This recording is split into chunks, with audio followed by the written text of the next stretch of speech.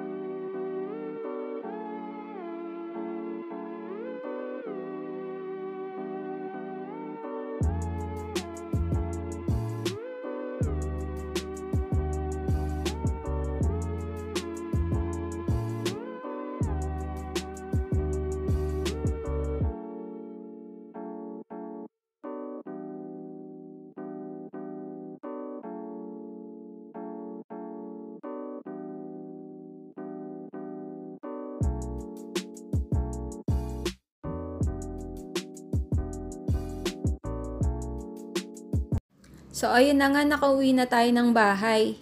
At ang una kong ginagawa sa mga pinamalengke ko inuhugasan ko. Lalong-lalo na yung mga isda at saka yung mga manok. Tapos nilalagay ko sila sa microwavable.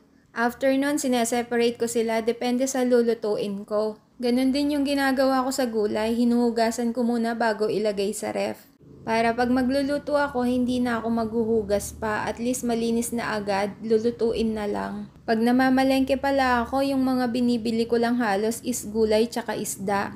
Pag gusto ko ng karne, ang bibilin ko lang manok. Kasi bawal ako sa baboy talaga. Sa mga hindi nakakaalam, mukbanger ako dati. Simula kasi nung nagmukbang ako, siguro dahil kakamukbang ko nun, tumaas yung cholesterol ko tsaka yung sugar ko. Kaya ayun, iniiwasan ko na kumain ng mga baboy o yung matataba at ma-oiling pagkain. Ang sad ng life ko kasi pati mga street food nabawalan ako ng doktor ko. Pwede naman kaya lang hindi dapat palagi.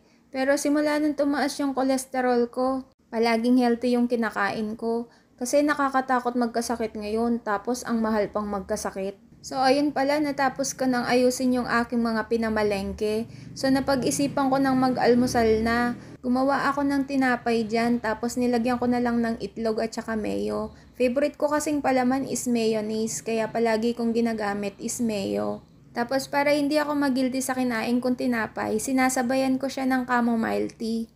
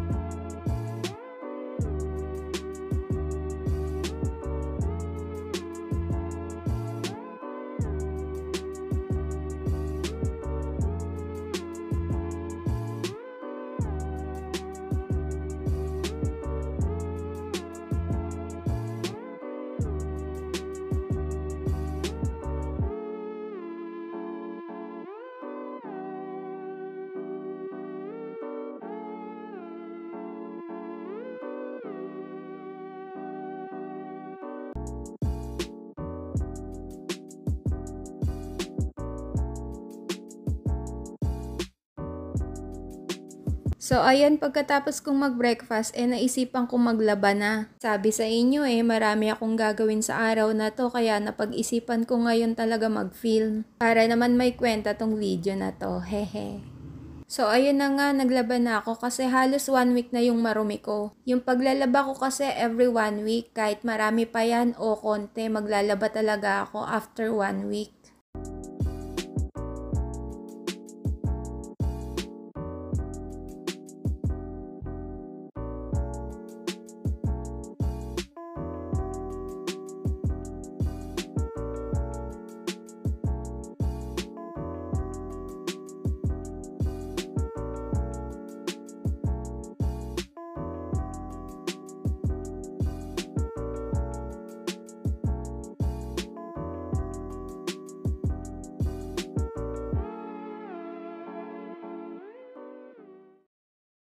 Sa part na yan guys, tapos na ako makapaglaba.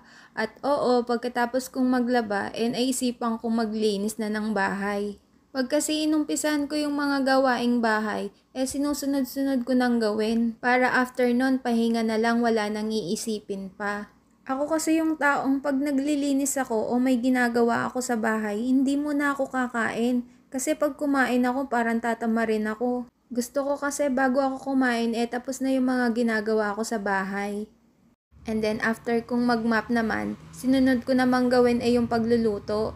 Sa oras na yan hapon na, lampas na ng lunchtime. Ayun nga, simula nang tumaas nga yung cholesterol ko, yung kinakain ko na lang gulay at isda. Kaya ang lulutuin ko dyan ginisang ampalaya. Nag-crave din kasi ako ng ginisang ampalaya guys, tapos sa ginisang ampalaya ang ginagamit ko talagang pangsahog sardinas.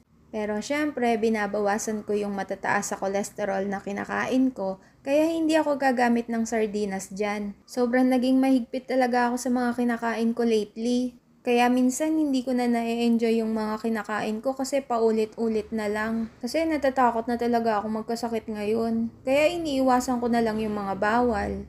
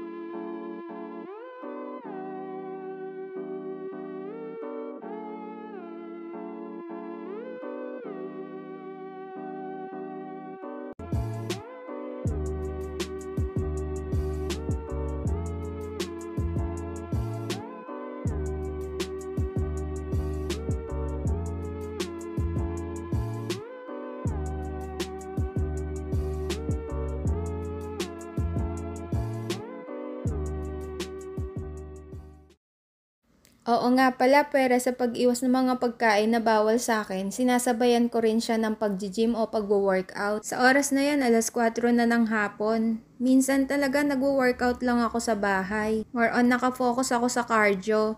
Tapos core workout din. Hindi naman ako laging nag-gym, halos sa bahay talaga ako nag-workout. Kasi sa pinag-gyman kong yan, ang mahal talaga. Lalo na kung kukuha ka pa ng coach mo. Pero nung una ako nag-gym, kumuha talaga ako ng coach ko kasi hindi ko alam yung gagawin. Tapos yung pangalawang balik ko na, ako na mag-isa kasi alam ko na yung gagawin ko. Naghahanap kasi ako ng pwedeng matatakbuhan dito sa lugar ko, kaya lang ang layo naman. Sasakay ka pa ng jeep bago makapunta doon. Kahit naman gusto mo siyang lakarin, sobrang layo naman. Kaya napag-decidean ko na lang sa bahay na lang ako mag-workout, hindi pa ako magagastos. So sa part na yan guys, nakauwi na pala ako galing gym kaya nakaligo na rin ako.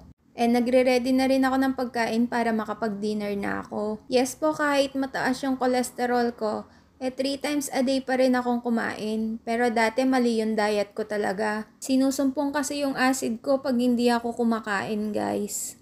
Kaya ang sabi ng doktor ko kumain pa rin ako ng 3 times a day pero konti lang. So ayun na nga, tapos na tayong kumain kaya mag-toothbrush na tayo. And para makapag-ready na rin para matulog. Ayun yung mga ginagawa ko maghapon guys. Usually hindi naman halos ganun lahat ng ginagawa ko. May times din na halos wala akong ginagawa. Pero ayun nga, today marami akong gagawin kaya ngayon ako nag-video.